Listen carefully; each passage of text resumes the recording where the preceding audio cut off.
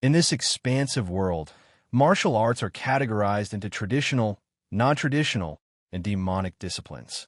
Their bloodlines fused, forming a raging river that sparked a war blending all three, a chaotic clash of tradition, innovation, and darkness.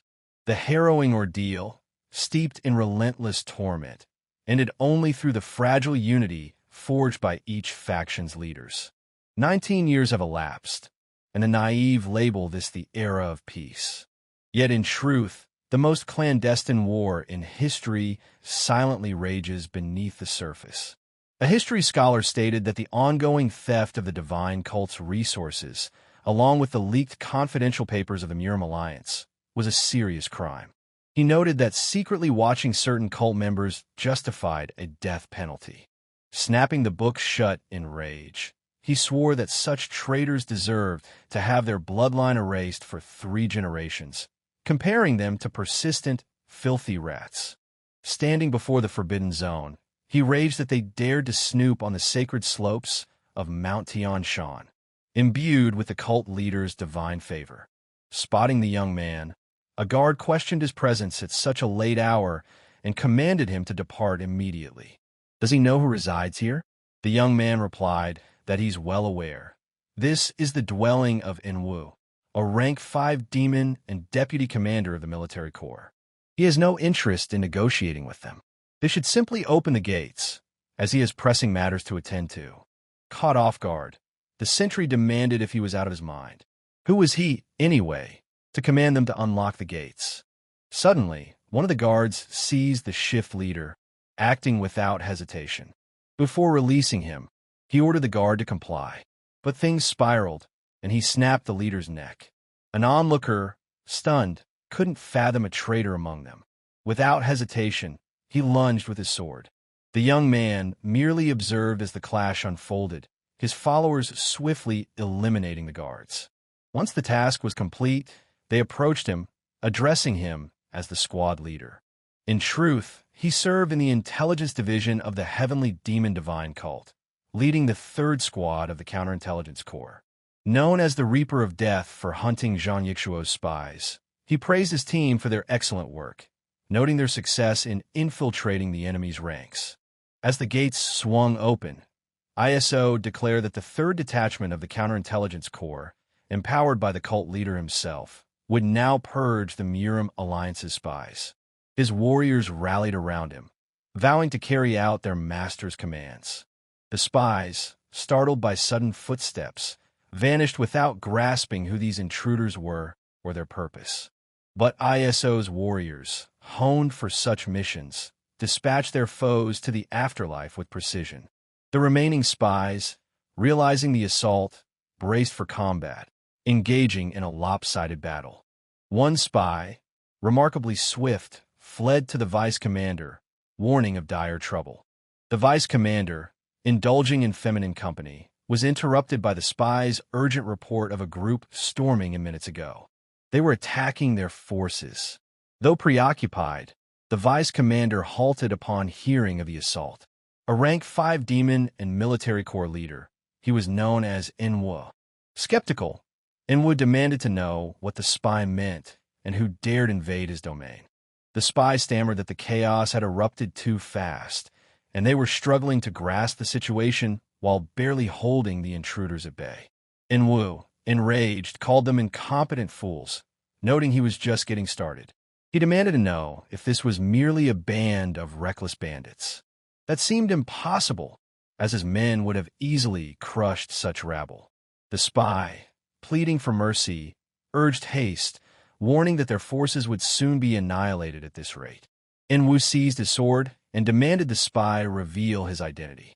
Brandishing the blade at the spy's throat, the trembling man begged to know what had possessed the vice commander. Enwu retorted that his plans were flawless, except for one oversight. He knew every detail of his domain, his wealth, treasures, women he bedded, and every lowly servant under his command. Yet, this man's face was unfamiliar. Enwu demanded again, who was he? The warrior grinned, admitting he'd hoped to draw him out for an easier strike, but plans don't always hold.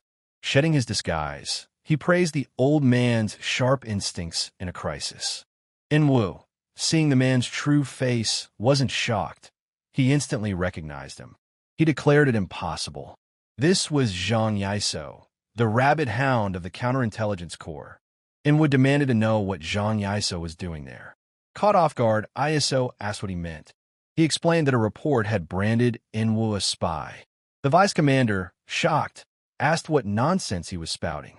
Furious, In-woo bared his face, yelling that he, a loyal cultist, was beyond reproach. How dare Yiso label him a spy? Yiso countered that a week ago, near Hubei province, In-woo raided a trade caravan, didn't he?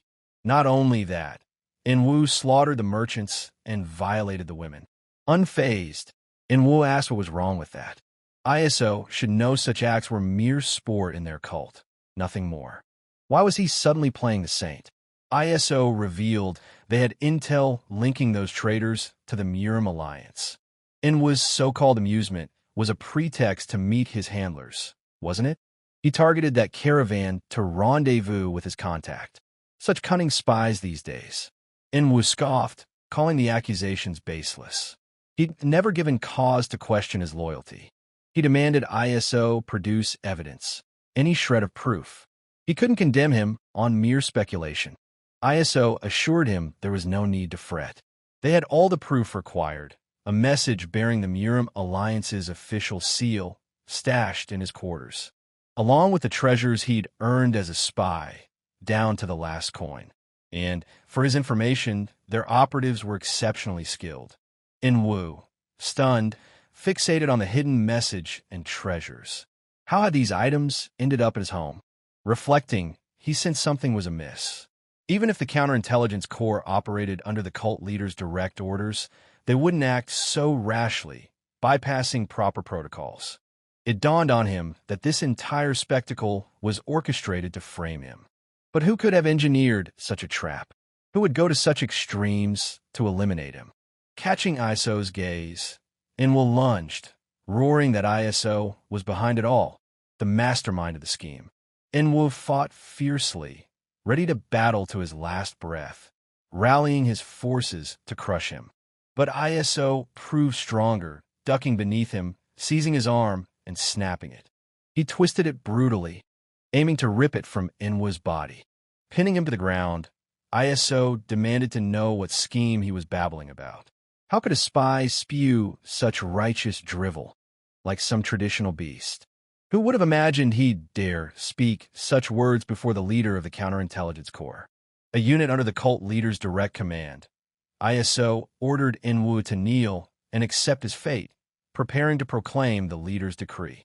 Unfurling the decree, Yiso addressed In-woo, the fifth-rank demon, stating that the news of his betrayal, confirmed by their informants, was deeply regrettable. Per the cult's doctrine, he would face fitting punishment. In-woo, seizing his sword, sliced the decree and demanded Yiso silence himself. Yiso spun around, incredulous, asking how he dared defile the leader's decree. As head of the 3rd Counterintelligence Squad, per their doctrine, he was duty-bound to eliminate the spy In-woo. Realizing death loomed, In-woo fled, even vaulting over his own rooftop. He knew he had to escape. This was the mad dog himself, and no one accused of treason by this maniac ever survived.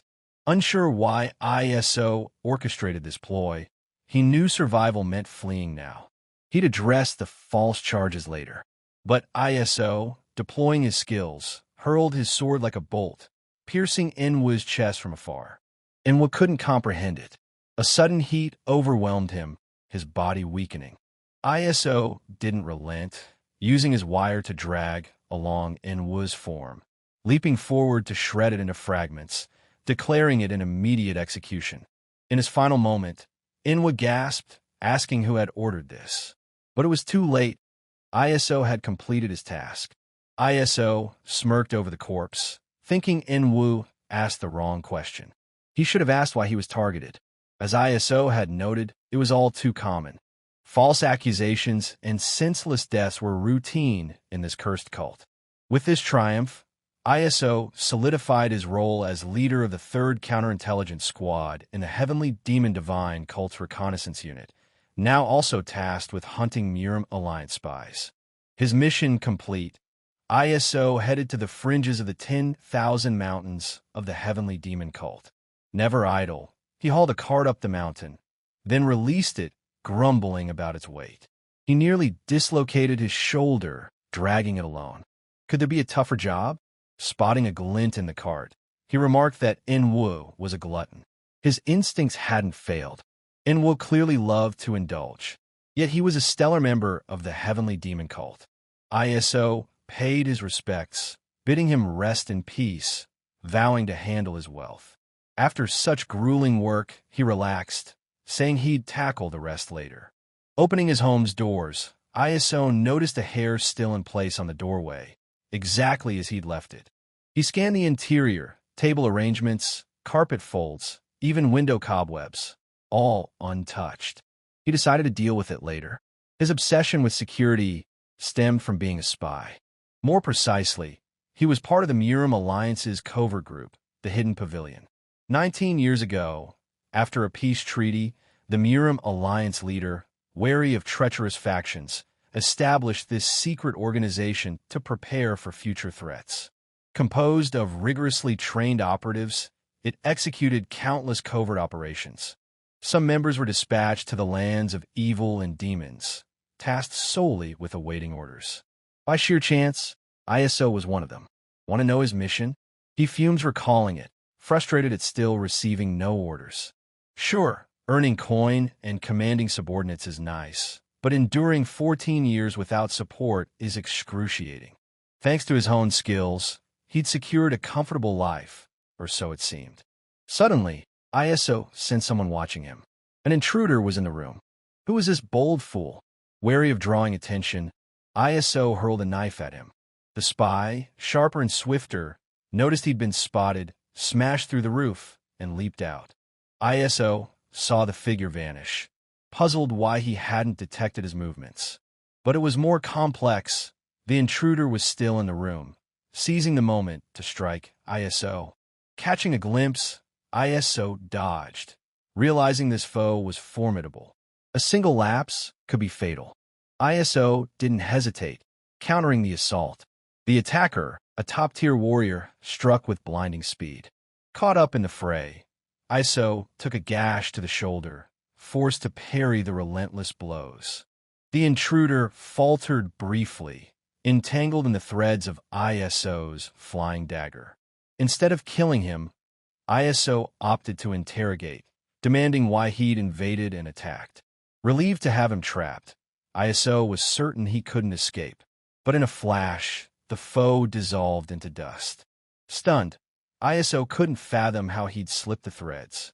Glancing at the roof, he spotted a shadow, but couldn't identify him. Given his skill, he rivaled pavilion leaders. Yet the intruder didn't flee, ready to fight on, drawing a knife. The knife's throw was so swift and powerful that ISO barely dodged it at the last second. Examining it, he saw the blade embedded in the door, a letter attached. Upon closer inspection, he realized it was from the Hidden Pavilion. Stunned, he shouted that it couldn't be. The intruder had already vanished from the roof, fleeing swiftly. ISO was shocked by his speed. He deduced the man had no intent to kill, likely just testing him. Taking the knife and unfolding the letter, he read it was from Hidden Pavilion's 103rd operative, issuing orders. The directive: elevate the 7th young master of the Heavenly Demon Cult to vice cult leader. Furious, ISO questioned what they meant by vice cult leader. He fumed over the task. After 14 years of waiting, they wanted him to make Mao, the 7th young master, the cult's vice leader. ISO rejected the order. Mao was a failure, cast out by the cult leader himself. What absurdity was this? Had the Murim Alliance lost all sanity? Descending the mountain, they arrived in Hubei province, renowned for Lake Dongting and its vast mountains. But here is one of the branches of the Murim Alliance. From the outside, this place looks like an ordinary government institution. However, this is just a camouflage to confuse outsiders. The whole truth is hidden under the estate itself. But in fact, this place is the base of the Hidden Pavilion, the most powerful intelligence unit of the Murim Alliance. And here, even the names are confidential. Suddenly, the vice leader of the Hidden Pavilion, Jigel Somi, came into the room. Somi said that she had just received a report from the contact they had sent to the 10,000 Mountains region, and he delivered their order to number 103. And yet, she has one question for her grandfather. Jigel San, former advisor to the Murima Alliance, asked her, "What is this manner of speech?" He was already tired of repeating, "Here, they must separate the personal from the public." And she still dares to call herself the vice leader of their pavilion? Somi realized her mistake and asked the leader for forgiveness. But he thought about the past. When they walked here together, everything was fine, but now it means everything is different. But he is always unpredictable as the leader of the pavilion. Sen told her to tell him what she wanted to ask him now. Somi replied that she wanted to ask about his intentions regarding the mission that was assigned to number 103. And ordering a spy who hasn't been used for 14 years to make some scum a vice leader of a cult. Is that even possible? San replied that even though she is a top talent of this era, she still has a lot to learn. And now he asked the vice leader of the pavilion how long she thought the peace in Murim would last. Somi was surprised by such a question and froze. And San said that 3 years, and that's in the best case. Somi asked, "Only 3 years?" Sen answered that yes. They certainly managed to reach the current world, but they were already too old.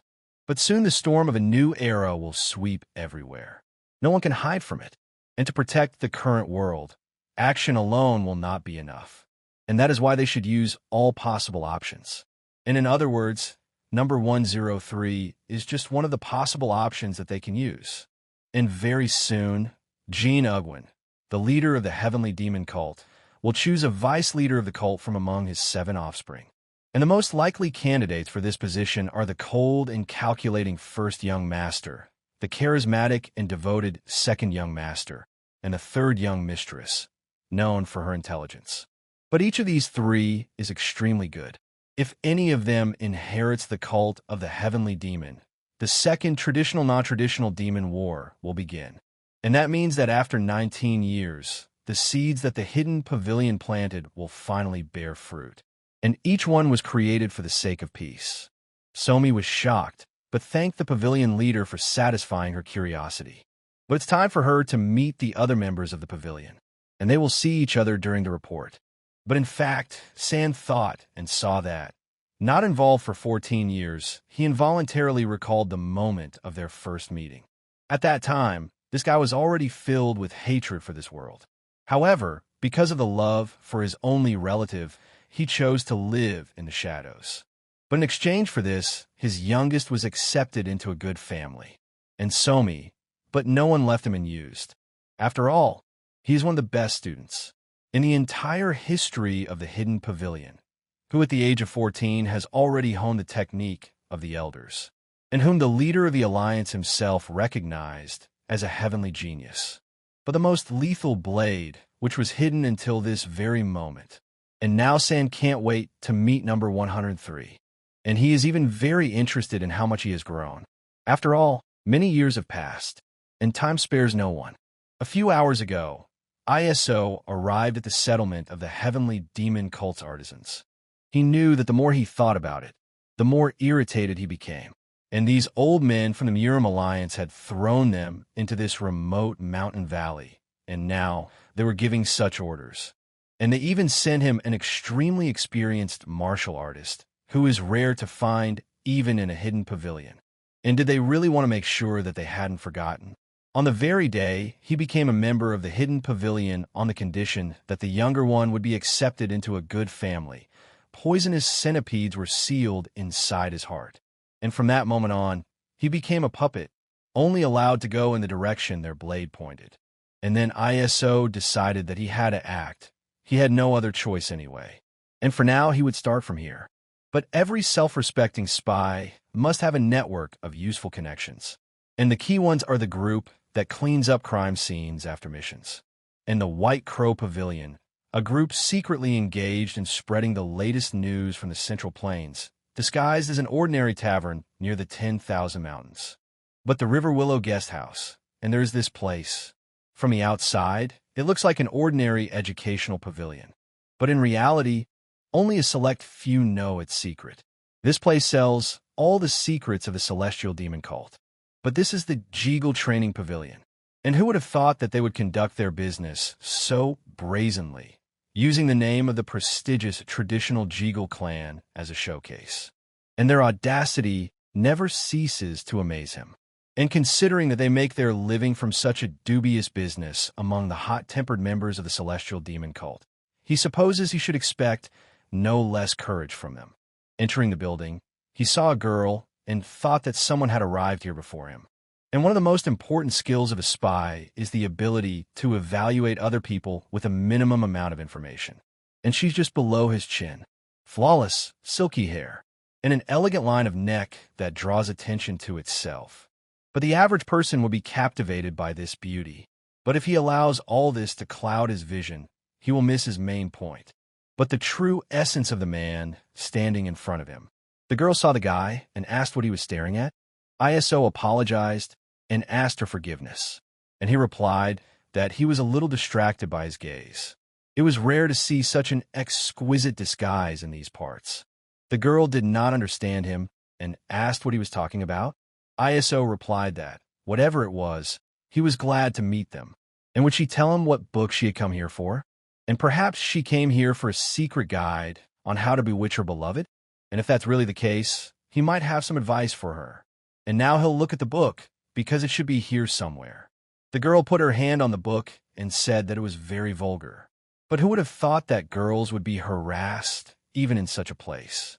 The girl used her powers and magic, and continued to say that she hoped he was prepared for the consequences of his actions. ISO turned around and replied that he was always ready.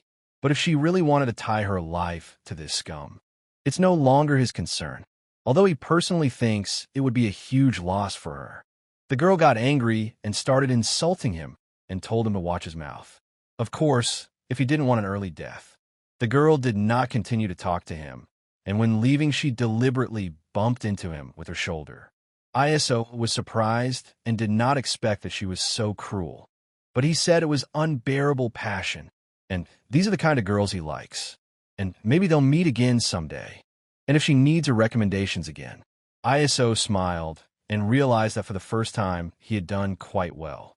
But suddenly after her came Jeagle Gviren and said that he thought what kind of madman had started all this fuss in broad daylight. And it turned out to be ISO.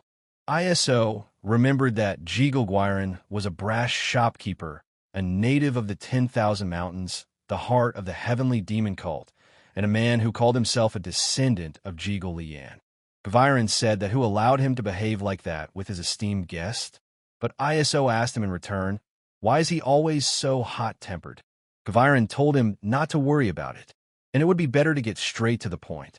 ISO was not even surprised and said that Gviren is an old man who is very strict, and immediately put coins on the table, and in return he asked for a biography. Gviren was surprised and asked whose biography. ISO answered that the little demon of 10,000 Mountains was needed. The old man asked the boy what part he was interested in. The boy replied, that of course the whole thing. Gviren asked if he was up to something bad again. The guy asked him in return, why was he so interested? Did he want to join? Gviren told the boy to stop talking nonsense and follow him. But for that information, they would need to go to another compartment.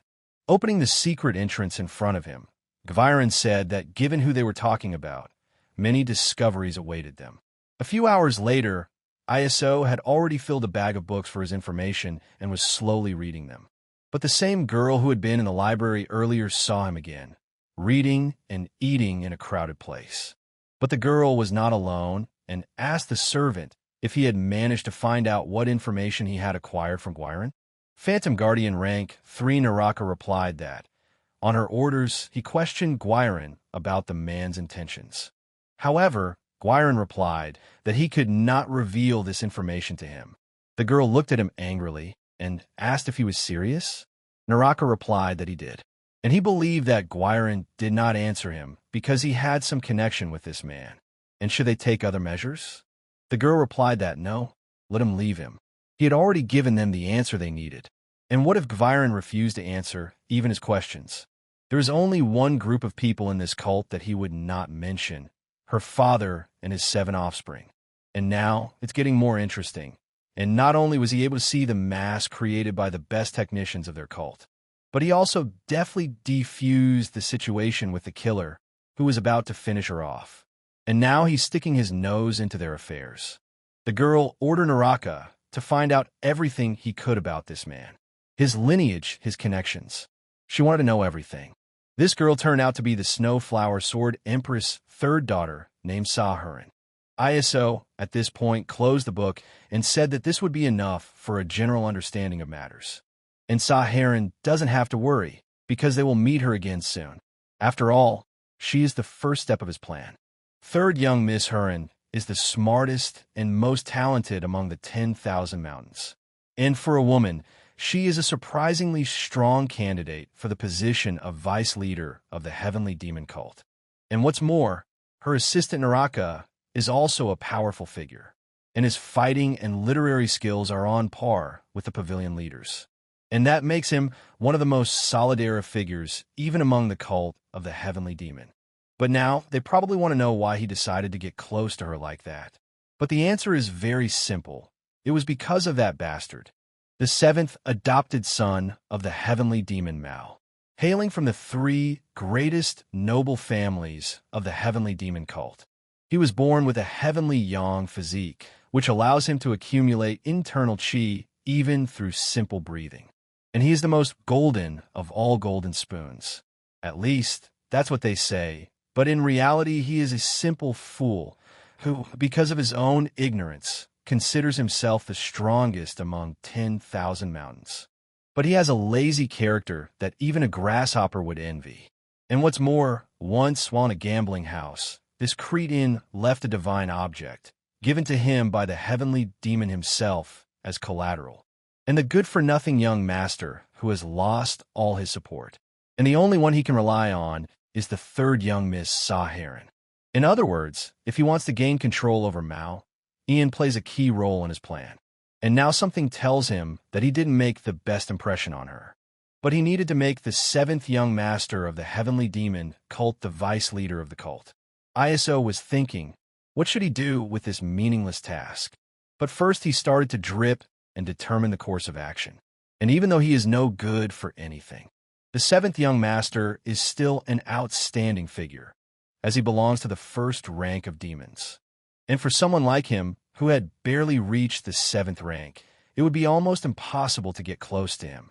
And so his first step is quite obvious. He must become the assistant of the 7th young master Mao. And fortunately, this position has been vacant for a long time. If you submit your resume, the chances of getting this position are quite good. And the only problem is the greedy head of the intelligence unit, who won't let him go so easily. And so he will have to resort to bribery. Having dug a hole, he opened another passage underground, similar to a well. 7 years ago, he was looking for a place to hide all the valuables he had earned through espionage. That's how he came across this abandoned well. And at that moment, he could not even imagine that inside him he would find his repository of the Heavenly Demon. ISO greeted his vault and said that just looking at it was enough to improve his mood. And the fact that he took all these riches from the Heavenly Demon Cult makes him even happier. He couldn't have earned even a tenth of these riches, even if 3 generations of his family worked for the Murim Alliance until their deaths. ISO started looking around and thinking what to choose. And suddenly he found a sword and decided that it would do. And this is a great sword with the purest gold, a golden cleaving sword. And if this sword catches the eye of a man obsessed with gold and swords, he will simply go crazy. ISO thought carefully and decided that he would do so. But since he had come down here anyway, he thought of trying his luck again. And he looked at the doors of the demonic wall with his gaze. In the Heavenly Demon's vault, he found many valuables. First, this white flying dagger called White Lightning. Secondly, a demonic art that accelerates the flow of chi and turns it into an absolute thunderstorm. ISO pulled out his knife and used the thunder transformation technique on the wall. and he released it at a high speed straight into the wall. ISO released all his energy into it and felt that a little more was needed. He saw that he only had 2 pupils left to get, and he just had to endure a little longer. Suddenly, everything ended in a moment, and ISO said that he thought that today would definitely work out. And this was his 9,820th attempt. And his own body is failing because of the 9 holes in his dantian, also known as the 9-hole physique. And even if he gathers internal chi, it will continue to leak out, which is why he makes no progress. However, thanks to the thunder ginseng he found, he gained resistance to pink chi, which allowed him to achieve at least some success. But even so, he still hasn't been able to raise his rank in all these years. But he has a premonition that the moment he fills this mural with thunder chi, a great change will occur within him. And although he can't do it yet, but this is definitely not the last time he comes here. But who knows, maybe it will happen tomorrow. The next day, at the headquarters of the Heavenly Demon Cult's Counterintelligence Corps, the head of the Corps, Sect, said that because of the unexpected visit from a guest, his hands were shaking. And even he, the head of the Counterintelligence Corps, Sect, welcomes Milady. However, can he find out what brought her to their humble abode? Heron replied that it was a disappointment to her. Could they really only visit each other for business? Or is it because he, the leader, has become very close to his 2 older brothers lately, and is now very irritated by her visit? Sake replied, how could such a humble man as he be associated with the young gentleman? After all, he's only following the orders of the man who pays him a salary. Heron said she hopes that salary is worth the risk he puts his life at. And be that as it may, today she came to him for another reason, and she will immediately get down to business. And she's interested in the leader of the 3rd squad, Zhang Yaiso. And it was the leader who sent him. But otherwise, the head of the Counterintelligence Corps would have no reason to dig into their affairs. Sake asked, to dig into her affairs? Is he talking about Zhang Yaiso now? Of course. He was asking this only to avoid any misunderstandings. He would never give such an order. He hadn't even thought about it, and her statement shocked him greatly. Sake, head of the Counterintelligence Corps of the Heavenly Demon Cult. Given his appearance and cunning behavior, he may seem rather frivolous at first, but there is not a single person in this cult who does not take him seriously. At one time, he was considered one of the candidates for the position of 2nd-rank ghost and pavilion leader, a title that only 5 people in the cult could hold. He had such excellent fighting power that even among all the children of cult leaders, he was among the top 50, and everyone was aware of this fact. But even though for some unknown reason he was demoted to rank 4 and head of the Counterintelligence Corps, no one dared to underestimate him yet. That's why, if he really is in cahoots with her 2 brothers, it would be right to get rid of him right here and now, even if it meant spilling someone's blood. And judging by her behavior, he thinks the bastard has done something wrong again. And he understands perfectly well that he is obsessed with money and revels in his power, and is also a scoundrel, the likes of which you would have to look for. But was he really in serious trouble this time? And it looked like he was. Sake said he had no idea what she was talking about. However, as far as he understands, she came here to get information about this man. To put it simply, when it comes to solving various issues, this guy is a real genius. Heron replied that she very much hoped that was not all the information he had on him. And you see, her politeness has its limits. Sake said that of course she could ask how he dared to treat her like that, but first he wanted to clarify one thing. And did she, by any chance, extort money from him? And perhaps she somehow insulted him to his face or even resorted to violence. Naraka asked the chief what kind of nonsense he was talking about. Who did he think the young lady was? Sake replied that if her answer was no, it would be a great relief to him. But if it were true, she would be in big trouble.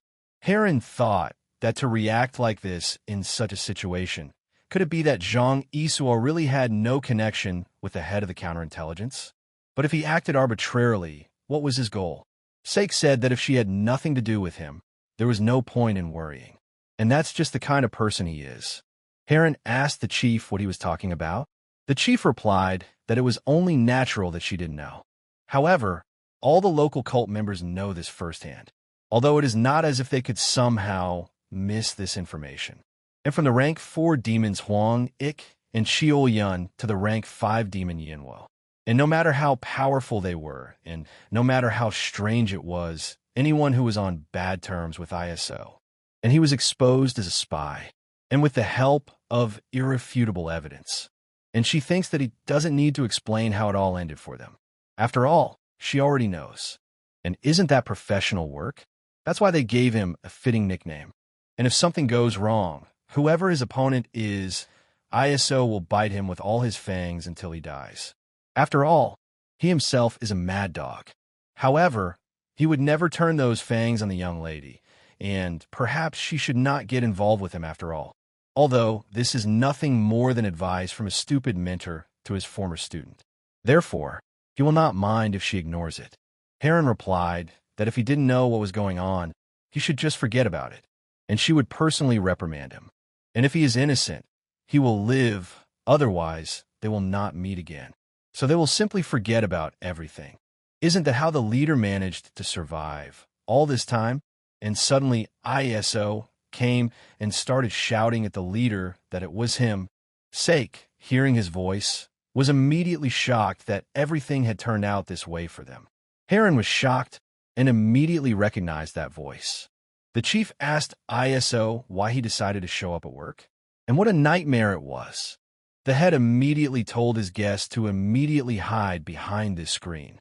Naraka was surprised and asked, "What kind of rudeness is this? And how dare he speak to the mistress in such a tone? And it's not for nothing that they say, 'Strike while the iron is hot.' Isn't this a great opportunity to take a look at the guy they're about to reprimand?" The chief said that they should stay here for now. In the meantime, he would find out what the guy was up to, but let them behave quietly. Naraka did not understand why the leader treated them like that, and why he put them in the closet. ISO was also shocked because he was shouting and the chief was not responding. But the chief did not pay attention to him and just continued drinking. But the guy was confused and asked what kind of demonstration of silence this was. This is usually how spies react when they're caught red-handed. The boss got angry and asked him in response, "What does red-handed mean? And what was he doing here anyway? Who allowed them to break into his office without permission?" ISO asked since when did he need it, and what was going on with the head today. Is he hiding a girl here? Naraka used a hidden voice and asked the lady what they will do. Let him just give the order and he would make him pay for his rudeness. Heron replied that for now, they were just watching, and they will find out whether the head of counterintelligence really was not aware of his actions, or whether he is connected with someone else. This is their chance to find out the truth. ISO told the chief that he was a bit too irritable today, but then he dropped it and handed over a paper asking the chief to approve it, and he would leave immediately. The chief was surprised and asked, "What is this? A request for a search warrant?" And asked, who is he targeting this time? And once he even sacrificed his day off to come here. ISO replied that there was nothing like that, and maybe the head will put his stamp on it. He is also quite busy, actually. The head agreed and said that there is no point in saying anything to a person who is not going to listen to him. And suddenly he remembered and said that he wanted to ask him something. After reading the paper, he was surprised and asked him how to understand this. ISO didn't understand at first and asked the head what he was talking about. The head crumpled the paper and said that it was a transfer request. ISO acted as if nothing had happened and asked the chief if he was really insane, or had he forgotten how to read? And how was he going to work without him? The head here did not throw this paper with such a fast speed that even the guy crouched and dodged so that it would not hit him. The leader started yelling at him and saying that this time he had definitely crossed the line. And after everything that had happened, he decided to involve the children of their cult leader in his schemes. ISO asked in surprise, what other schemes? The head, that he has completely lost his mind. And what came over him, and what did he do? The leader didn't stop there and moved on to his attacks. But ISO managed to react and dodged. ISO fell to the ground and asked the chief to just talk, and he thinks he misunderstood him. The chief replied that from the look of it, the guy didn't understand something. So he warmed a snake in his bosom, and how should he understand what he wrote? Why did he decide to go to that person in the first place? Unless it was some kind of hidden plan. But the head changed his mind and told him to forget because he was tired of cleaning up his shit, and he suggested that he go to the next world together. The leader raised his sword above his head and tried to kill his disciple. But ISO did not run and asked him if he was serious. And why does he continue to act like this, even though he denies everything? Suddenly, everything changed, and ISO pulled out his sword and simply repelled the leader's attack. The leader was shocked and couldn't even believe his eyes. And looking at the guy's sword, he asked, "Is this a golden cleaving sword? And where did he get something so valuable?" ISO replied to the chief that he was genuinely curious as to how desperate he thought he was to give him such a gift. Was it really so that he could have a backup plan if he couldn't convince him with words? The leader asked in surprise, "A gift?" ISO held out the sword and replied that it was true and that he should accept his new sword and let it go. And this time he really should get to the 7th young master Mao. And he managed to save up enough money, and he was tired of life at the 7th rank level, tired of bowing to others. And if he does manage to become an assistant to one of his lordship's offspring, he will be able to become a rank 3 ghost, despite his pedigree. That's all he wants, and he thinks he deserves it. At that moment, the head considered the guy a bastard and was very unhappy with his decision. ISO said that was why he was asking for his help. They had such a good time together. The leader asked him if he was completely crazy. What time was it? And I thought that he didn't think he had any ulterior motives. And ISO just wanted honor. But even if their conversation confirms his innocence, he is still already on the list of the 3rd young mistress, so it will not be easy to support him. And it would be much better if he could dissuade him from doing so.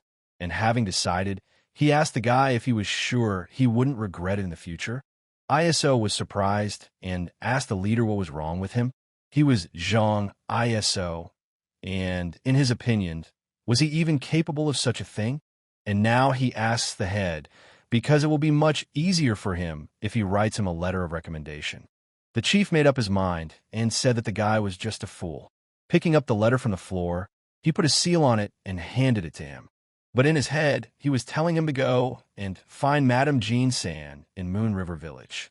After all, she was the one in charge of the guard exam. ISO was delighted and thanked the chief for such a favor. The chief said that he was not doing this at all because he gave him the sword. It is one of his duties as his boss to inspire his subordinates. And so, since he has already taken on this task, he should not screw up. But ISO looked at the leader and said that maybe he should have wiped his mouth before saying something like that. But be that as it may, he will go and prepare for departure. After all, he has been enduring difficulties alone for all these 10 years. But the chief told him that ISO should not forget that no matter where he was still a member of the Counterintelligence Corps. And so let him not let anyone's words drive him into despondency. And of course he, like no one else, understands that he is not one of them. ISO was shocked by such instructions from the chief and thanked him for all the good things he received from his side. After he left, the chief said that he was going to head to Madame Jean San, and although they themselves heard everything. However, as she could see, this guy was only interested in his own desires. Is she sure she should go on such a long journey? Heron said that the boss was very protective of this subordinate. She would even say that it was completely unlike him. However, his dirty goals are a different matter. He must understand how self-assured his words are, and she would personally make him realize this fact. At that moment, ISO saw that the 3rd mistress somehow thought so. It simply cannot be otherwise. The position of guard is not suitable for everyone. And although it would be better to say that this position cannot be recommended to every person, in fact, a guardian is a person who is destined to become the right and left hand of a rank 1 demon, the strongest member of the cult. If the one he serves is given the position of leader, the guardian is subordinate only to him and has power over all other people. And that is why only outstanding personalities are suitable to serve as assistants to the young masters. From Naraki, one of the former leaders of the 5-Dragon Pavilion, to Wangsa, who caused chaos in the martial arts world, there is not a single assistant who has not made a name for himself. But given the third young mistress' serious nature, he could imagine how hard it was for her to accept the fact that she was a rank 7 representative, who decided to apply for this position after harassing a girl in the library. And most likely, she will try to punish him under the guise of an exam, all for the sake of maintaining discipline on Mount Tion. And then ISO said that now was the time to get support, and he couldn't wait to meet Heron. Just her and him alone. Half a month later, in the Moon River village on the shores of Moonlight Lake, there is the most extravagant establishment among the 10,000 mountains. But they are filled with such forms of pleasure as singing, gambling, and attracting customers.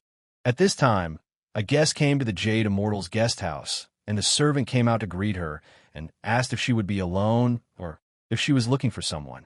But if she wants something, just let her know. The girl pointed her finger at the man and asked how long ago he arrived here. The servant was surprised and, looking closer, asked, "Is she talking about that man?"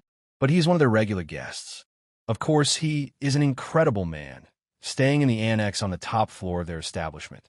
He has been here for half a month, throwing money around like it was just paper. The girl answered, but what a pitiful sight this was. And the servant wants to say that all he has done for the last half month is drink? The servant did not understand her and asked again. But the girl did not answer and said that he was saying that their guest house had an extension. She had never heard of it. The servant replied that she could understand. This place was only for the chosen ones. It was created for the most important guests of their cult. And it seems to him that he occupies some high position if he has interested her and can put in a good word for her. The girl was surprised and asked him what he was talking about. The servant replied that a small tip and he would arrange everything. The girl was not used to this and asked him, "What kind of nonsense is this? And how is this even possible?" But suddenly ISO saw her and shouted that what a coincidence this was. And could it really be that same hot-tempered young lady from the Jeagle Training Pavilion? And he almost thought he was mistaken. However, he would not have confused this amazing aura with anything. People were shocked and did not understand where the voice was coming from. But then looking closer, they thought that the man was talking about that girl, and because of her hat, almost nothing was visible. ISO shouted at her not to be shy, to come over. And they could even share this drink since they had already met. The girl did not leave him alone and came up to him. But ISO said that it is not for nothing that they say that if an accident happens twice, then it is fate. And it's even funny that they met in such a place. The girl sat down at the table and replied that he still continues to talk this nonsense, even after all her warnings. Hadn't they taught him to be careful with his words? ISO asked her if it mattered now. And usually, in this place, people use alcohol and nighttime to enjoy each other's company. So he suggests speaking openly, and about why she came to him, the third young lady using the mask. Suddenly the guests looked at her, and seeing her in the book said that it exactly matched the description received from her. The chief immediately ordered his men to get ready, and in 7 minutes they would get rid of these creatures. Heron was shocked by his words and thought that he just said that he not only knows her true identity, but also predicted that she would come to him for help. But suddenly ISO said that he was joking, and there was no need to take everything so close to heart. And after all, there would be no point, would there? Why would a noble young lady be hanging around such a humble village? And if anyone were to discover her true identity, her secret adventures would become the only news discussed on the streets. And probably the young lady would never do such a stupid thing. And so enough of this pointless talk, and let's get straight to the point. ISO told her to tell him what she wanted from him. Heron replied that she had no idea what he was talking about. Why was she asking such questions? The guy replied that it was because she was his examiner. Or should he call her Madame Jean-san? Heron was shocked that he already knew about this.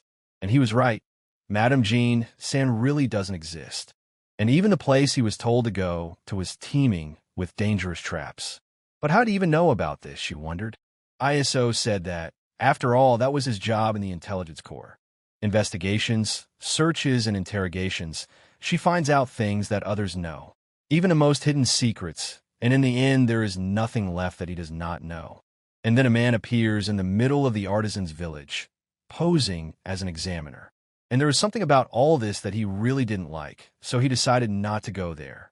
Instead, he chose to wait here, and for the real examiner to find him here. And he answered the question that had been swirling around in her head all this time. Heron thought that if he had managed to survive, she would have spared him and even considered him for the position. But who would have thought he would approach the situation the way he did? Heron said she had to give him credit for his way of thinking. But he never came. He had received a very clear order from a man of his rank, and he had to obey it. And isn't that so? ISO stood up and replied that she was right. He had failed in his duty and offered his sincere apologies, and asked her to forgive his mistake. Heron was surprised because she thought he would start arguing, but he quickly admitted his mistake. The girl told him to pour her a drink, and let him answer why he should be the young master's guard. After all, in this position, even the children of noble families died in one night. What can an ordinary commoner do without a family and status? ISO replied that no matter how cruel it sounded, he was capable of such trials.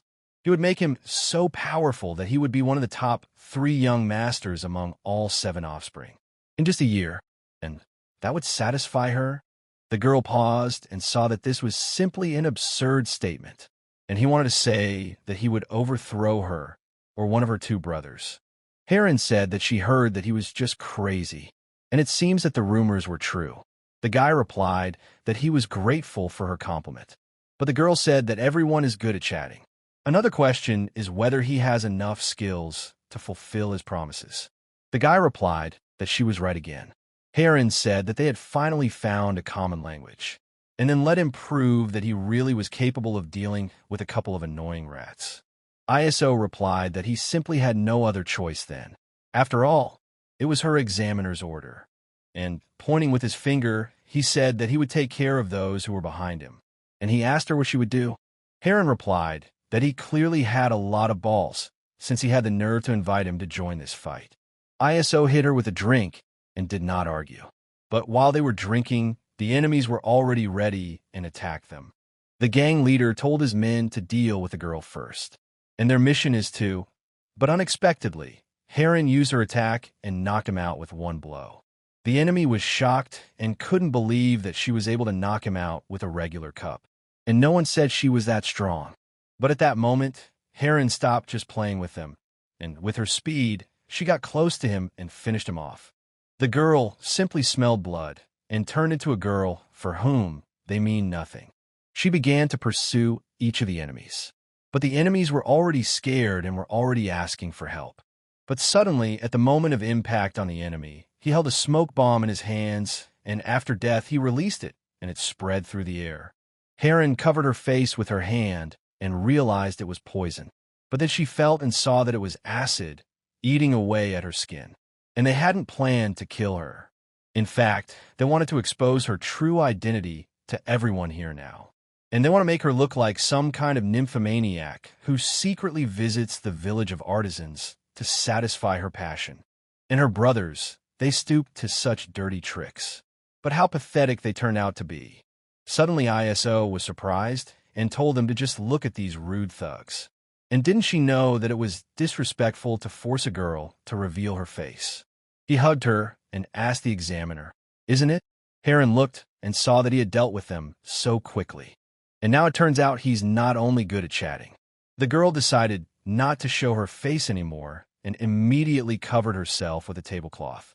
She told the boy that he had 4 days to come to the palace of the 7th young master, and he must keep his promise, because otherwise she would personally rip out his tongue, and immediately disappeared from sight. ISO said that he knew, and let Madame Jean Sand take care of herself. After all this, he went to his room and asked the girl if she got rid of the corpses. The girl replied that yes, they had taken care of everything. She had done everything as he had ordered, but she was afraid that it was not enough. ISO said that she needn't worry about that. Of course, it was a shame that during all the chaos, someone had broken expensive furniture, but the guys had played their part just fine, and everything went according to plan. After that, ISO opened the book and said that according to the trading book, she had managed to greatly improve her efficiency again. And such a level cannot be achieved without putting in effort. Apparently, she worked extremely hard. Hongran. Hongran told the master that he was too kind to her. And even if the task were many times more difficult, was there anything in this world that she couldn't handle? Hongran is the owner of the Jade Immortal Guest House, and she will do everything to repay his kindness. After all, she became who she is only thanks to him. ISO said that she was up to her old tricks again. Maybe she'll stop talking like that. He told her that they both benefited from it, although he can't say that he doesn't understand her. This girl's real name is Mo Yunran. The heavenly demon cult kidnapped her before she even reached adulthood. In the Murimo world, she had long been considered missing, and he saved her during one of his missions. And for some reason, they've been together ever since. And now, thanks to his support and her innate intelligence, she has become the owner of Moon River Village and now serves him as his right hand. And if someone asked him to describe their relationship, he would call it mutually beneficial. A relationship where one benefits at the expense of the other, even though he has the feeling that she sees them differently. ISO said that no matter what, she was a good girl. Now let her tell about all the stories that happened in the guest house of the Jade Immortal. Spies have several ways to obtain information. Sometimes they buy it from local informants. Sometimes they use the covert support of one of the organizations.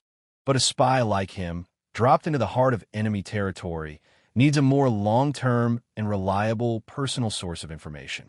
And that was why he had gone to great lengths to obtain the Jade Immortal's guest house. Hongran told the master that she had collected all the necessary information as he had ordered. The current state of the heavenly demon cult could be described as the calm before the storm. ISO replied that he expected something like that, and that further developments depended on who would become the next vice leader of the cult. And most of all, this concerns the actions of the two strongest factions in the cult of the heavenly demon. The 7 sages, who are in charge of the courts and the groups, and the 5 dragons, who control the administration. And these two main forces are the hottest topic of discussion, and their support could influence which of the offspring wins this competition. And what will Hongran say? In her opinion, which side will each of their factions take? Hongran replied that in her humble opinion, the first young master, John Muji, was pedantic and cruel in everything he did.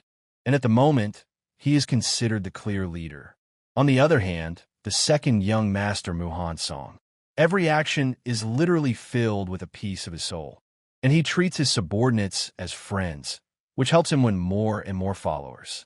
And that's why she believes that the elders who value stability will support Muji, and the group of 5 dragons who dream of change will support Muhan Song. ISO asked, that is, in her opinion, their opinions will be divided due to the temperaments of the 2 young lords? But then, what will happen to the 3rd young mistress? As far as he knows, the current leader trusts her the most, so that even though true talent is hidden, it still shines. Hongran replied that it was obvious that she had outstanding qualities that stood out even among the young lords. However, at this rate, she is isolating herself even more. Chun Mooney and Mu Hanseong may find her temperament dangerous, and first of all, they will try to get rid of her. And in the best case, there is 6 months. The chance that she will die during this time is extremely high. ISO listened to her and understood that his prognosis was exactly the same, but they couldn't let her die so early. After all, he needs her as a shield, at least until Mao is secure in his position. ISO decided to go out and run some errands and ask the girl how things were with Mao. Was everything still as bad? Hongran replied that yes. They treat him as a special guest, asking for nothing in return, as the master had asked. But he comes here every day with some bandits, has fun with them, drinks, and because of him, their establishment suffers big losses. ISO listened and ordered that they continue to indulge him for now. After all, very soon they would squeeze him dry and return everything he had managed to take. And so, after a few days, there was a gloomy bamboo forest on the southern border of the Moon Speech village, and somewhere in the depths of this forest stood an unsightly-looking estate. The poor old man told the chief that he really didn't want to come here, but he was ordered to deliver a message to him. That's how it happened. The young gentleman called the old man a messenger and ordered him to repeat what he had said. "Is there someone coming here in a few days?" The old man replied that the third young lady had said that she would send an assistant that she had personally selected for him. And she said that this was a talented person who had been carefully selected. And she also asked him to greet him properly. The young gentleman hugged the old man and asked what he was talking about. And what greeting was he talking about? And doesn't he know what happened to the previous so-called assistants she sent him? And how many days does the old man think it will take them to leave this place in tears and snot? The old man began to hit the gentleman's hands and replied that he could not breathe. The young master said that since his sister had already decided to send him another assistant, he couldn't just throw him out of here. The gentleman asked what his name was. The old man remembered and replied that his name was Zhang Yaiso. The gentleman said that he believes he has some kind of title, and given his background, he is most likely not the pavilion leader. And is it possible that he is some kind of vice leader? The old man replied that no, he was not the vice leader of the pavilion. He was the leader of the 3rd detachment of the Counterintelligence Corps. The gentleman was very surprised and asked him to repeat it again. Does he really mean by squad leader a position far removed from pavilion leader? That is literally no one. A person who is lower in the hierarchy than even a regular captain? The old man answered the gentleman that everything was correct. But the gentleman got angry and said that he would ask just in case. Maybe someone was behind him? Or is he some illegitimate son of a famous family? The old man replied that as far as he knew, no. He is just an ordinary commoner from the outskirts. The gentleman felt a little funny and asked, "A commoner?" And finally they decided to send him someone who would definitely suit him. And now everything is clear to him. After all, he was wondering why his sister decided to send him a new assistant. And she must have heard about his financial difficulties and decided to send some poor fool whom he could use to earn some money. And now he bets that it is so. A person as wise as she would never send someone like him to him without a good reason. And he asked the old man if he was right. The old man laughed and said yes. But the gentleman hit him on the back with his hand and asked him if he thought so too. But that was just fine.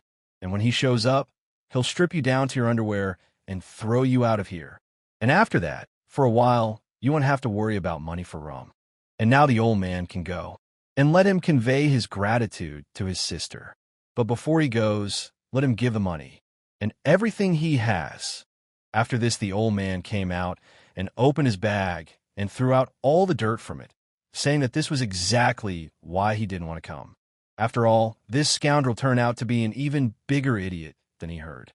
And it seems to him that there is something wrong with his head. And although he looks more like a child, he is still not quite sure that he can be called lucky.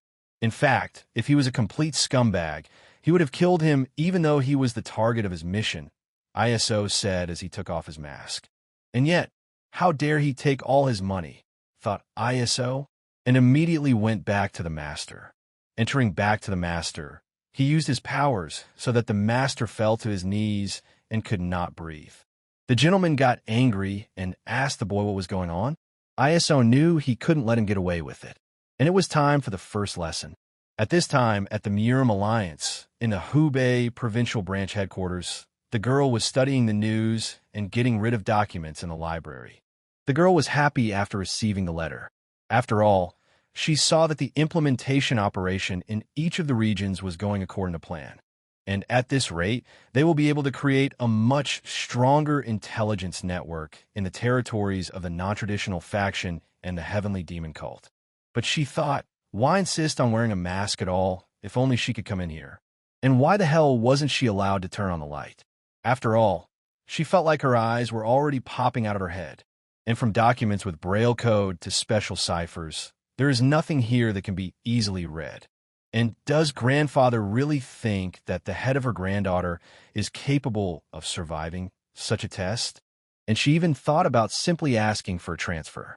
After all, she was starting to get tired of being in this terrible place forever and all covered in dust.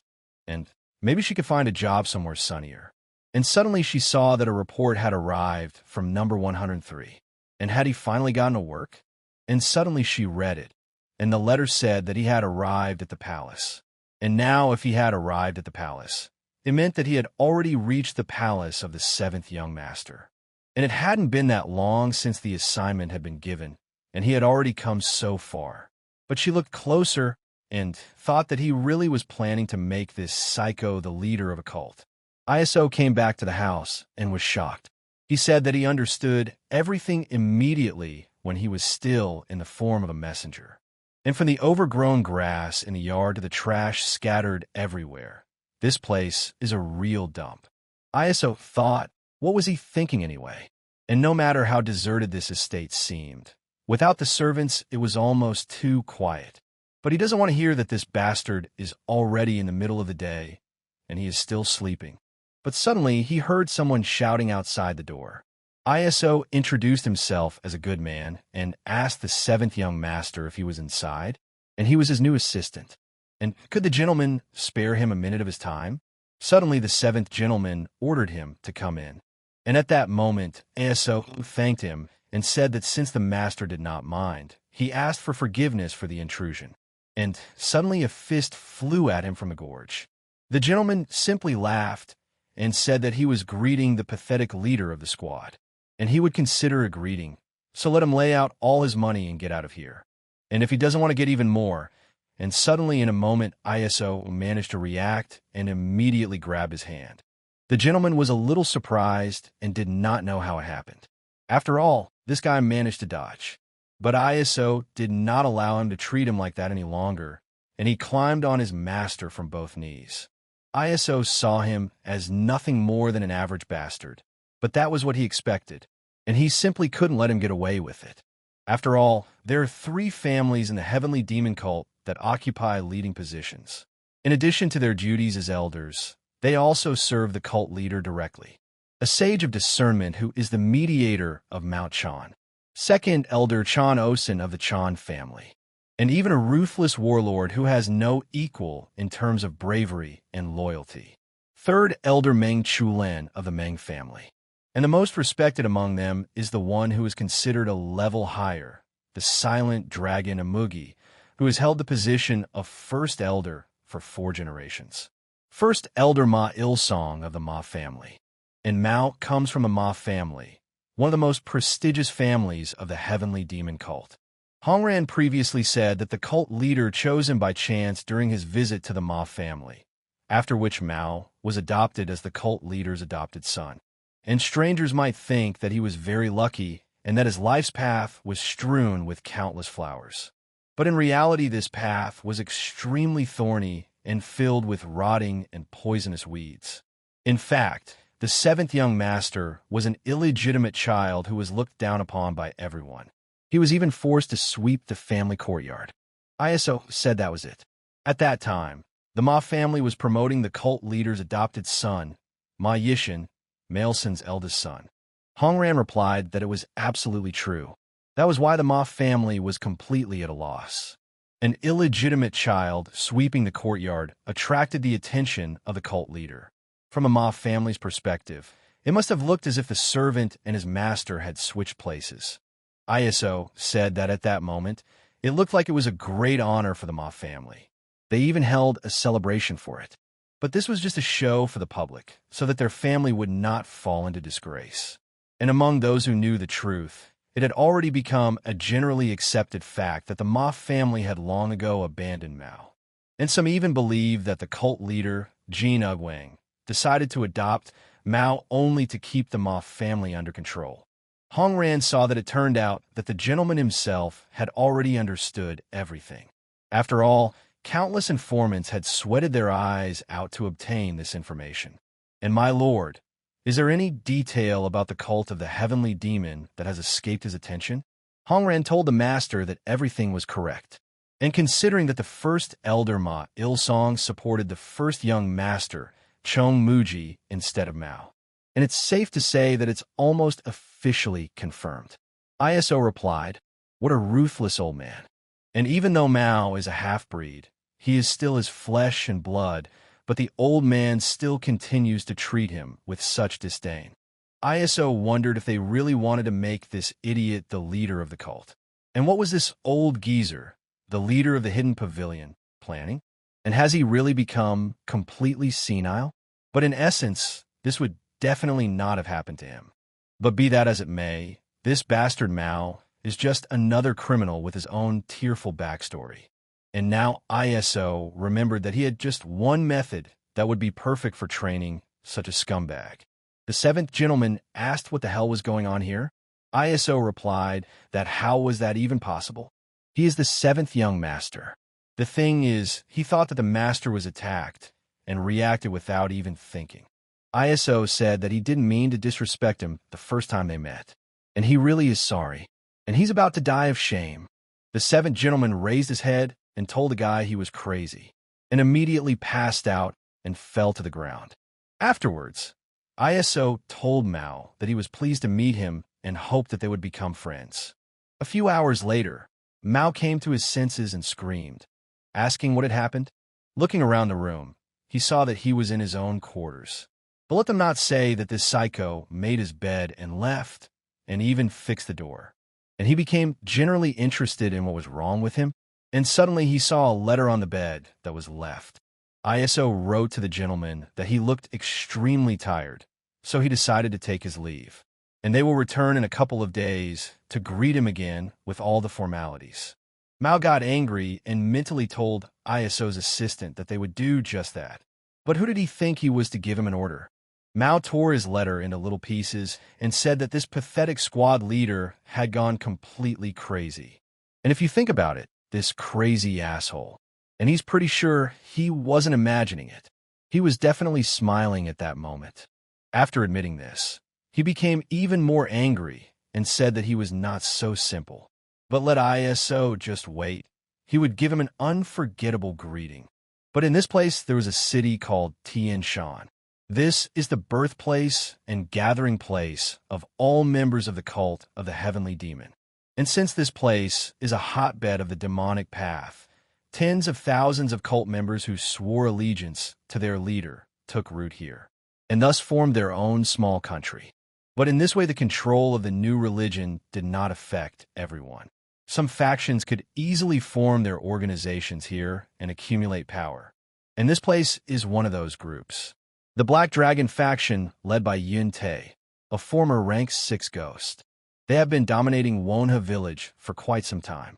It can be said that this organization has a very solid foundation.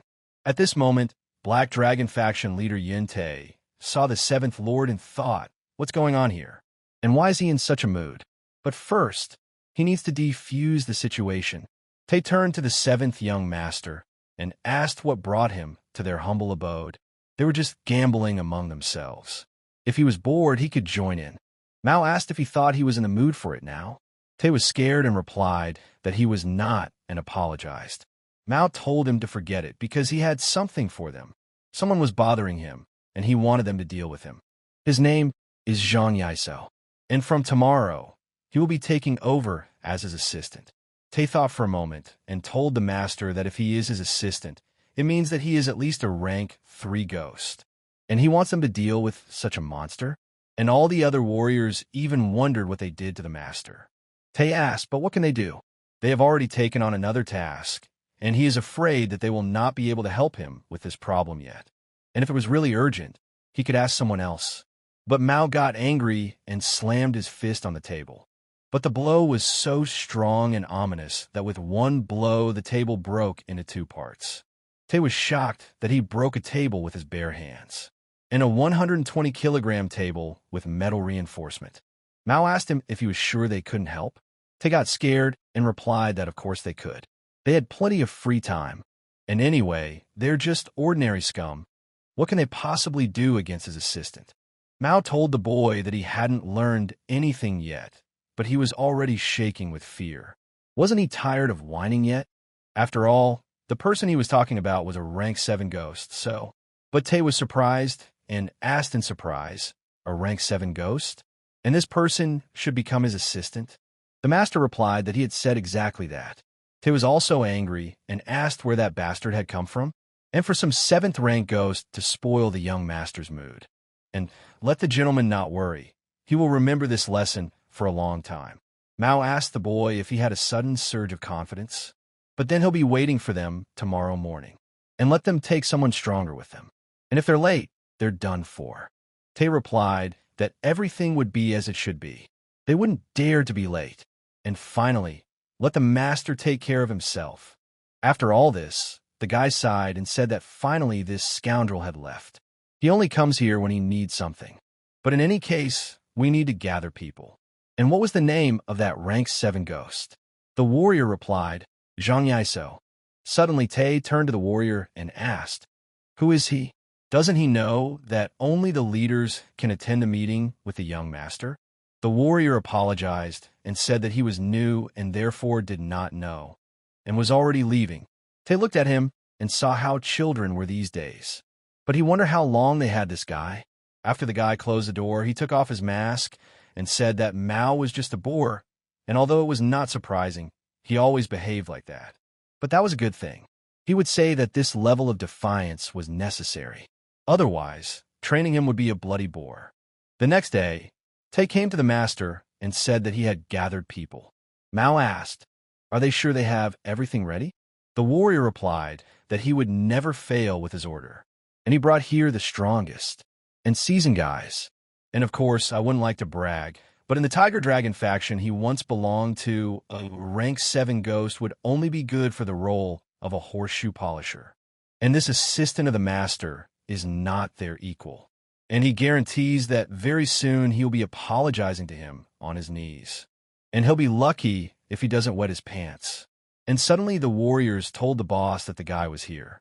And then Mao said that the so-called leader of the squad, Zhang Yaiso, had finally arrived.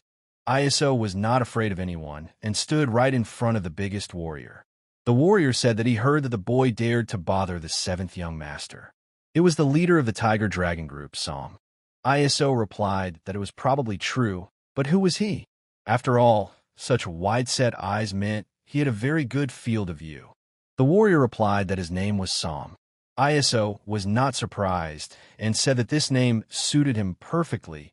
He had no doubt about it. Iso asked them if they were sure that Somu had a place in the Black Dragon faction. He would have understood if it was Vayun. The catfish got angry and asked the guy how he dared compare him to some fish. Did he want to die? And immediately began his attacks. Mao asked the warrior if they had already started dealing with him. Tay replied that he had asked them to wait for the master to arrive. And now he believes that they simply could not restrain themselves. And sometimes they really do whatever they want, but only because they are endlessly loyal to the young master. But when they went outside, they saw a picture of Iso knocking out one of the strongest of the group. Iso looked through his pockets and said that Som, as a bandit, had 2 empty pockets, and there was nothing to take from him. Mao suddenly came up to him and asked, Who is he? Iso raised his head and asked in surprise, Is the 7th young master here too? And his assistant Zhang Isuo reports on the start of his first day of service. No, he took him by surprise, and it so happened that he showed him disrespect. But how does Mr. Mao feel? Mao called him dirty words and asked him if he was serious now. And how dare he ask about his condition? And this is some kind of joke. Iso laughed and replied that he often heard such compliments. And could the gentleman tell who these people were? Had he gathered them here for his welcoming ceremony? Mao replied that he had. And the more people, the better. He would be able to enjoy his welcoming ceremony to death. But what would the boy say? Did he still want to be his assistant? Iso said sure. His dreams were grandiose, but his origins were rather humble. And he hopes to advance in his career as the assistant of the 7th young master. And in other words, he is simply trying to grab onto a lifeline. Mao got angry and shouted that he was an idiot, and in that case, he came to the wrong place. Didn't he know that he had hit rock bottom? Iso told Mr. Mao that he didn't have to worry about that. In fact, the boy knew that he knew him better than anyone else. Iso told the master that he just needed to follow his instructions and they would lead him to the top. Mao was surprised and didn't understand what this guy meant. And was this guy completely crazy? Why is he even listening to his words so carefully? He's just trash, a pathetic 7th rank ghost. But Mao turned to his servants and asked, How long are they going to stand there stupidly? Let them get to work already. Tay answered the master out of fear that he understood. After this, Tay immediately got angry at his warriors and asked why they were standing there. Let them quickly get to work and give him a warm welcome. All the warriors immediately after such an order all at once attacked him. ISO asked the young master, what did he say? The more the better, right? And now he sees that he and Mr. Mouth think alike. Tay suddenly raised his head to the sky and asked, not understanding, what is this? At that moment, he shouted that something was approaching them. ISO stood still at that moment and waited for his subordinates to help. The soldiers asked who they were, and was this really an ambush? And suddenly one of them recognized ISO's guys and said that these were the blood-red robes of the Counterintelligence Corps. ISO said they had arrived here so quickly. When did he manage to call them? The boy thought. And now that all the guests were here, it was time for the real welcoming ceremony. And suddenly the head came out and told ISO that he was a beast. After all, he doesn't understand how to understand this. That is, he didn't take him into account. Mao was shocked at this moment because Sect, the head of the Counterintelligence Corps, came to him, and the master of Sister Heron, one of the few chosen ones who have access to personal audiences with the cult leader. And he is one of the strongest representatives of the new generation. But what is a man of his caliber doing here? And isn't ISO just an ordinary leader of some squad? The chief turned to Mao and introduced himself, saying that he, the head of the Counterintelligence Corps, welcomed him.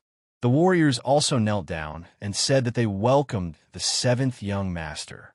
Mao was surprised and asked why the same. The chief replied that even if he left his home, he was still a member of their family.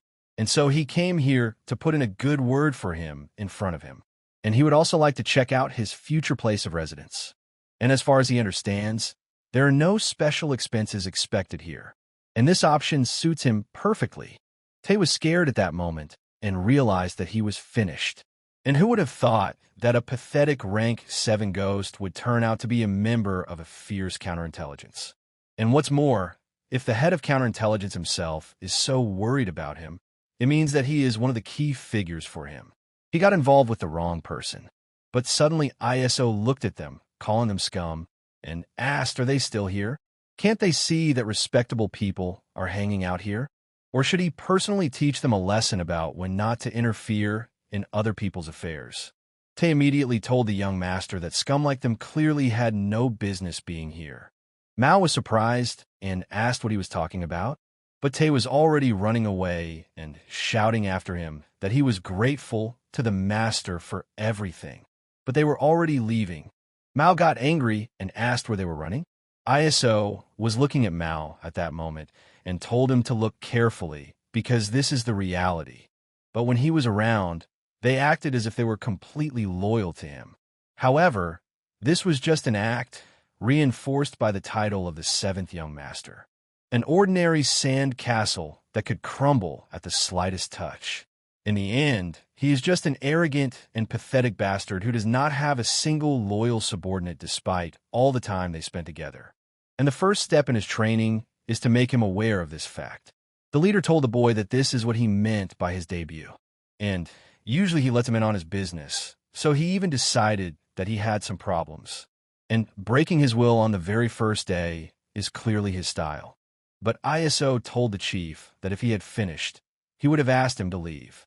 Even if Mao was his master in name only, he would not want to make a bigger scandal out of it. The chief replied that he was just about to leave, and he wished the guy to take care of himself. And if suddenly it seemed to him that this job was beyond him, they were always ready to take him back.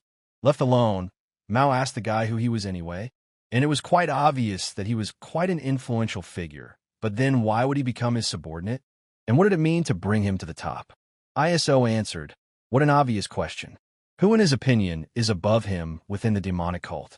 And this is the vice leader of the demonic cult, and the person who will sooner or later take the place of the cult leader and rule the whole world. So he wants to make him the vice leader of the cult. Mao was shocked and asked if there was something wrong with the guy's head. ISO replied that he often hears that. However, these are just unfounded accusations. The gentleman started shouting and saying that it turns out he's just a fucking chatterbox. And how does he plan to make him vice leader? Especially being a rank 7 ghost.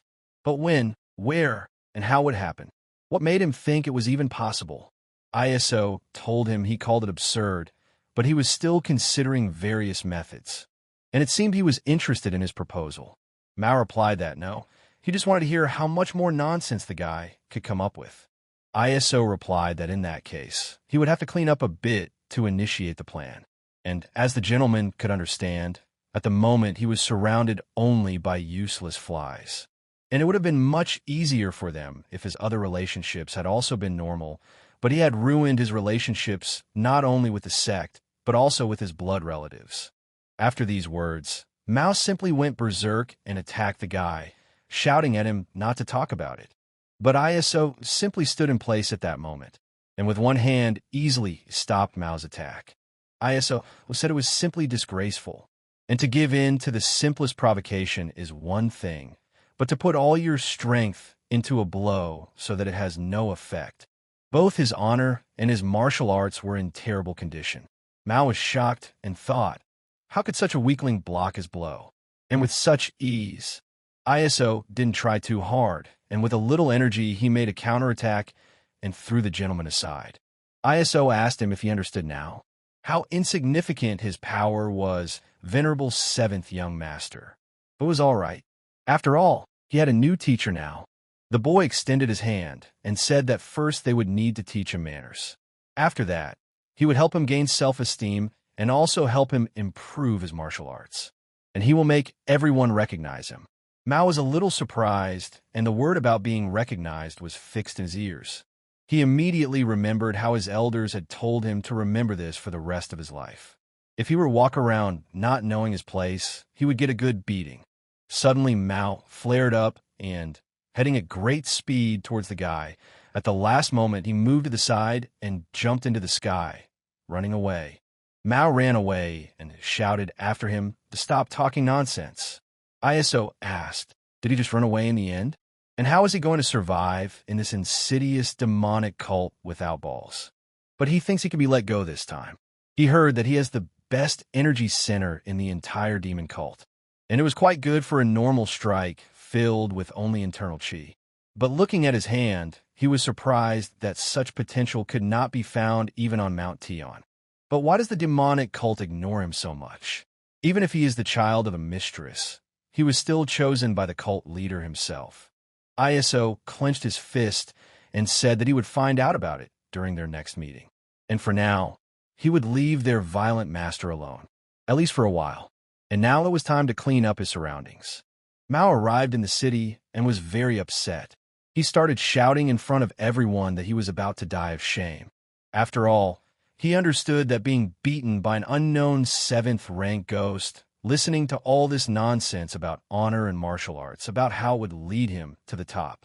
But what upsets him most is that he actually listened to the words of this idiot, even if only for a short time, although he, like no one else, understand how ridiculous those words are.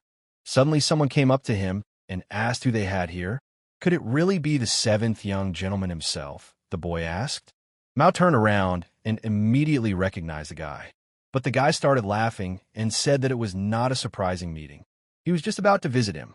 And just fine, he was just about to ask the pride of their cult for a small favor. This guy turned out to be a distant relative of the Ma family and was at rank 9. And he was also Mao's cousin. Mao immediately recognized his brother, and he wondered what Ma Yishin's lackey was doing here. After all, those two behind him, judging by the way they were sticking to him, must be from the Council of Elders. Mao told the guy that he just showed up and started talking all this nonsense. What other favor did he need? Jingu replied that he heard that he had a new assistant today. Then why did he come alone? But let him not say that he had already managed to throw him out. Then he turned to his men and asked if they could see. He said that their seventh young master wouldn't be able to last a day with an assistant. And it looks like he won that bet too. The boys said they thought Mao would last at least a couple of days this time. But could their frail young master really do that? If they find out that he has taken in not just an assistant, but an ordinary servant, he himself knows what his family's reaction will be. Jingu asked his brother, didn't he? But why does he have such a menacing look? It's just a joke, nothing more. But he can relax, and he can go with them to the Jade Immortals' guest house. They haven't gotten together for a long time, so he's treating them. Mao asked his brother if he thought he was in the mood for it. "You should just shut his mouth and get out of here. And he has had a headache since the morning." Jingu started laughing and answered his brother that it turns out he is not in the mood, and since they really haven't seen each other for quite some time, maybe he should invite his brother-ish in here. That would be better. Mao immediately remembered his whole past and clenched his fist in anger. Jingu said that he immediately knew that he would not like it. So let Mao come to dinner, and don't dare make him look like some kind of fool. Did he really think he could be ignored since he treated him like the seventh young master? And maybe they will remember their brotherly memories? Mao got very angry and already went on to insults. But then he made up his mind and said he would go with them, and it would be a sin to refuse a drink. But he would not pay a coin. Jin Gong replied that, of course, it was a great honor for him to treat him, and today's drink would be especially sweet. At this time, in the Black Dragon faction headquarters, Tay was angry at the seventh young master, and if their opponent was a former member of the Counterintelligence Corps, he could have warned them in advance, and they barely escaped.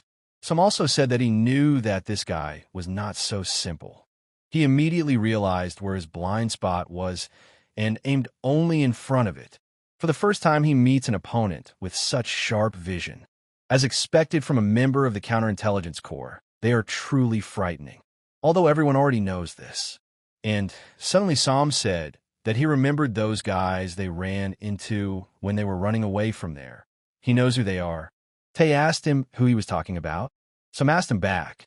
Had he forgotten already? He was talking about the guys they saw on the street. Dressed in fashionable clothes, they still looked like white crows. He was absolutely sure that Ma Jingu was among them. Tay heard this and asked the guy, "Is he talking about those assholes from the Ma family branch? Is he really sure about this? Could he have made a mistake?" Sam replied that he was sure. He was damn famous. He wouldn't have confused him with anyone. But was he shocked? He just thought that he had come there from the Black Demon Pavilion to help the seventh young master. So he decided to mention it. Tay didn't believe it and said that he wouldn't do that. Does he even know how the Ma clan treated the seventh young master? Sam didn't understand and asked him what he was talking about. Tay remembered and replied that of course he didn't know. Even he only heard about it during his stay in the Tiger Dragon group. It's extremely secret information. In the end, they killed everyone from his assistants to his servants. Everyone who was connected to the palace of the seventh child. They sent assassins there who slaughtered everyone there. Sam was surprised and asked everyone. They replied that yes. And the seventh gentleman lives alone for a reason. He was just tired of watching everyone around him die. And he thought that everything had calmed down and they had lost interest in him. But then this Ma Jingu appeared. What were they planning this time? And suddenly the door opened unexpectedly and ISO said that he was just passing by. But their conversation seemed extremely interesting to him. And why don't they tell him everything in more detail? At this time, Brother was saying at the table that he felt as if their seventh young master had not eaten all day. And they asked him if he was tired of stuffing his mouth so much. Mao asked what's wrong with that. His brother said it was all at his expense. Had he really changed his mind? Jingu replied that no. Let him eat as much as he wants. He himself almost ate his fill, watching his master eat. And suddenly he asked the seventh young gentleman if he had ever seen the owner of this establishment. Mao asked him in return why he decided to talk about her. Jingu replied that he had heard that she was incredibly beautiful. And maybe that's why it's so hard to see her. And money won't help. Maybe it's all about rank? No, her connections go too deep. And what was he getting at? Couldn't the young master pull some strings for them? Mao was surprised and asked, what was he talking about? Jingu replied that they had to think about their family's reputation, so they couldn't just go around asking questions. But if it's him, no matter what kind of mess he makes, no one will say anything, right? So couldn't he use a little of his influence for them? It was getting pretty late, and the night air was pretty cold. And it would be just wonderful to spend this night in the company of the local owner alone. Mao asked the guy what the hell he was talking about, and if he thinks it's too late, then let him go home, wash his feet, and go to bed. There's nothing more to discuss. Or does he want her to sing him a lullaby? Is insomnia really bothering him? Jingu said no, that's not what he meant. Mao said if not, then shut up and drink your fucking liquor. And stop acting like a mongrel in heat. But Jingu got angry and put his hand under the table, lifted it up, and turned it over with all the drinks and food. Jingu started shouting and saying that all this time they had been indulging him only because he was the seventh young master. And now he really thought he was worth something? And where did he learn to snap like that? Mao also stood up and said that he saw this little guy who was showing off. Jingu asked in response, was Mao really going crazy again? And what did he think would happen if he reported this to Brother Ishin? And how does he think that everyone he's recently talked to will become corpses floating in a moon river? And what does Zumab mean to him? Mao couldn't say anything and just sat down on his chair. Jingu saw this and replied that this was better, and he should have behaved like this from the very beginning. And he hopes that his brother has understood their hierarchy, and maybe he will give up his pathetic attempts. And if he dares to do something like that again, he promises him that he will call Brother Ishin at that very second. And suddenly someone behind the door said that he couldn't wait to see what would come of it. Jingu turned around and started snapping back, asking who was there and who dared to talk to him like that. And then suddenly a knife with a rope flew out of the window, which immediately surrounded Jing's neck. And after that, ISO pulled the rope toward himself, knocking him down, and burst into the room to them. Jingu didn't understand what was going on, and how was he supposed to understand it? But ISO simply didn't let him continue speaking and stepped right on his head with his foot.